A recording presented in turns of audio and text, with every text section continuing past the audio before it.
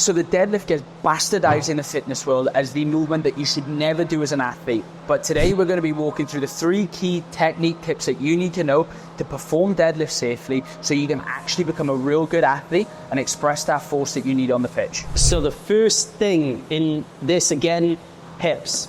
Muscles around the hips, especially rugby, right, or any sport athletes, right? Those hip extensors are the key to the biggest force-producing athletes in the world. You take a look at people that are rapid, they're always massive hamstrings, massive glutes. You know, you take a look at sprinters, for instance. I mean, yeah, jacked hamstrings and glutes, right? So the deadlift is fundamental to this. And the first part, again, as I said, is the hips. We do this very, very simply by following 5 steps, okay? And if you follow these 5 steps, it's going to put your hips in the right place. The number one mistake with a deadlift is people dropping their hips too low, overly relying on their quads, because rugby players especially tend to do that, right? I'm guilty of that. I have been guilty of that. So you want to make sure that the hips are in the right place. And I can guarantee most of the time, they're going to be a little bit higher than you're used to them being in, okay? So the first thing that we're going to do, Joel is going to walk up to the bar with his shins an inch away from the bar. That's it, mate, good. I say a little bit closer maybe, and then heels underneath his hips. That's step 1. Step 2, with stiff knees, he's going to push his hips to the wall behind him and grab the bar outside the legs. Step 3, he's going to bend his knees and allow his shins to come forward to touch the bar.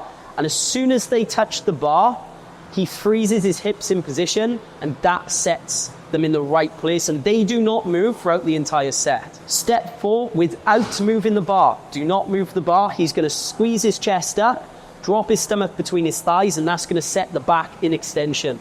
And step 5, he's going to push his feet through the floor, staring at the same spot he is on the floor, and proud chest to finish. And on the way back down, he's going to unlock his hips, and then he's already set in the right position for the second rep, okay? You do not have to do anything. If you go follow a top-down deadlift, you will automatically put your hips in the right position at the bottom, okay? So all you have to do then is squeeze your chest up, do not lower your hips, and perform step 5 again. And that's the hip section done. Okay, so the second piece to this is squeezing the slack out of the barbell. Coaches, and you're probably familiar with this, they always say, just squeeze the slack. Well, what does that mean? You know, nobody actually defines what squeezing the slack means, and secondly, how to actually squeeze the slack out of the bar. Okay, so firstly, squeezing the slack out of the bar is simply creating tension between your body and the weight on the floor. If you're not doing this, a common sign is almost like that choppy deadlift. I don't know if you've seen that before, as opposed to a nice smooth deadlift off the floor and squeezing the bar off the floor. So that's what squeezing the slack is, just creating tension between the body and the weight. So how we do this, 3 pieces. You know, my OCD, I tend to split things up. This is simple then. The first thing that you're going to do, you're already doing step 4. Squeeze the chest up. That's going to set the back into extension, and that's the optimal position that we want to transfer that force. The second thing that you're going to do is push your feet through the floor like you're doing a leg press as you're squeezing the chest up. And the third thing you're going to do is lengthen your arms against the resistance to the weight. So I'll do this one.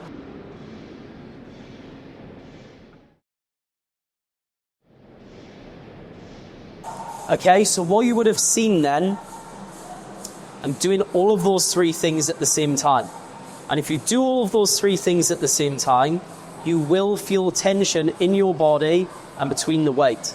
And as soon as you feel that tension, that's when you push your feet through the floor and execute step 5. So do you want to give that a go, mate? So the same principles apply here. Like point 4 of the setup checklist is point 1 of the taking slack out the bar. But we don't forget about point 1, 2, 3 coming into this, and we don't forget about point 5. The big thing is these steps stack on top of each other. So make sure that when you are practicing taking slack out the bar, I'm a big believer in rehearse how you're going to play. So if you come up to that bar and you're just kind of knocking it forward with your shins, you're going to start to ingrain those bad habits. So as you come up, think about the steps. 1, feet under the bar, heels under the hips, come down, hips come back, we're there, arms out, and we're in this position. Then, chest. Perfect, that's it, excellent. And guys, with a light enough weight, sometimes that bar might actually come up off the floor. But understand, the more you add plates and the heavier that you go, it might create, or it will create, a bend in the bar. Okay, so don't worry if that bar actually comes up an inch off the floor. That's normal. The more you add weight, you're going to have that bend happen in the bar. One of the common things that I see as an error from kind of athletes is the shoulders back and down. So when they cue a deadlift, they set up, they drive their shoulders back and they pin them down. Yeah. All you're doing there is creating more distance for that bar to travel. So this step, you should notice that as you start to lengthen your arms, you may get a little bit of upper back rounding, but look how much longer my arms are. They start in here, they finish in here. If I'm standing tall, that could be the difference between 10 kilos on a rep. And it could be the difference between you getting in a position and then getting pulled out, because it's not the position you need to be in to start with. So make sure on this step that as we set, if you're someone that comes back and down, just let your shoulders pull forward. A little bit of rounding in that upper back isn't going to be a problem on something like this. When you want to try and lift heavy, it's actually going to be a byproduct of lifting heavy enough anyway. Yeah, it's a great point, because when you're doing, and that's specifically why I say lengthen the arms against the resistance of the weight, because I see that all the time. People retracting, and it causes all sorts of problems. And you're not going to be able to maintain that position as well. You know, when you're going into near maximal weights, those muscles are really small that are responsible for that shoulder retraction, right? So lengthen the arms. When you squeeze the chest, you're not thinking shoulders. It's the spine that we want to set properly. So yeah, pretty important. Breathing and bracing is the last piece to this puzzle. And guys, it's almost like we're trying to create a mountain with layers of paint, right? We're gradually adding one layer on top of the next. And as you pointed out during step 2, don't forget about the other pieces. We're gradually putting everything together. So breathing and bracing, really simple, guys. 3 parts. The first part, Joel's going to breathe in any way that he wants and breathe hard and fast from first slips. Step 2, he's going to do the same thing. This time he's going to keep breathing out until he can't breathe out anymore. There we go. There we go. Good stuff, mate. And you should have felt then a contraction in your abs, right? The third part, he's going to breathe in any way that he wants. He's going to breathe out, but this time, close his mouth. That, guys, is breathing and bracing. Now, we're going to do the breathing and bracing section during step 4 of the deadlift, okay? So step 4 is really important because, of course, you're setting the back into extension. At this point, you're also squeezing the slack out the bar, but also you're breathing and bracing as well, right? So step 4 is really, really important. So as he's squeezing the chest up, Joel's going to take a big breath and brace, and then push his feet through the floor.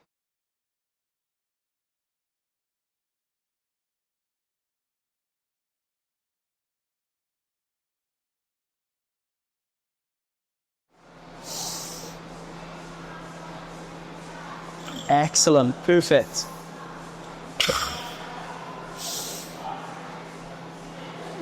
Brilliant job. That's excellent, mate. And the last point as well with head position, there's a lot of like different opinions on this. And again, these are these 1% details. For me personally, I prefer to look down at the floor, say 5 feet in front of me. Same reasons as a squat. I feel like it increases the balance and stability of the lift. Because if you're looking straight ahead, it's a further reference point, right? If you're looking down at the floor, it's a closer reference point. So I always look down at the floor about 5 feet in front of me. And at the top, I get a proud chest to finish, and I'm still looking at that point on the floor. But out to that, that's the deadlift. So that is it. 3 steps is all you need to have that kind of building block of good technique. One of the things that underpins all good athletes is being able to move well. And if you're moving or adding load, and movement quality is dropping, you're not progressively underloading, you're just getting shitter movement reps. And there's only so long you can go with shit technique. So these 3 principles will help set that foundation, whether you're pulling a 1 times bodyweight deadlift, 2 times bodyweight deadlift, 3 times bodyweight deadlift. These are the foundations that help you scale, force, output, load on the bar, volume over time, and that's going to be the biggest thing, is moving consistently well for a long enough period of time to kind of add the weight to the bar. And that is how you start to avoid the injury risk that comes with deadlifts by just programming it properly and actually moving well in those sessions. There's nothing wrong about deadlifts whatsoever. It's just the way that they perform and program that gives them a bad rap. So, Sam, where can they find you, brother? Yeah, so www.pursueperformance.co.uk. You can go there for any coaching inquiries. On all my socials, Well Strength Coach, Instagram, TikTok, Facebook, BiteSizeFitness podcast on iTunes and Spotify. Also on my YouTube as well, where I'll be sharing this video. And that's it.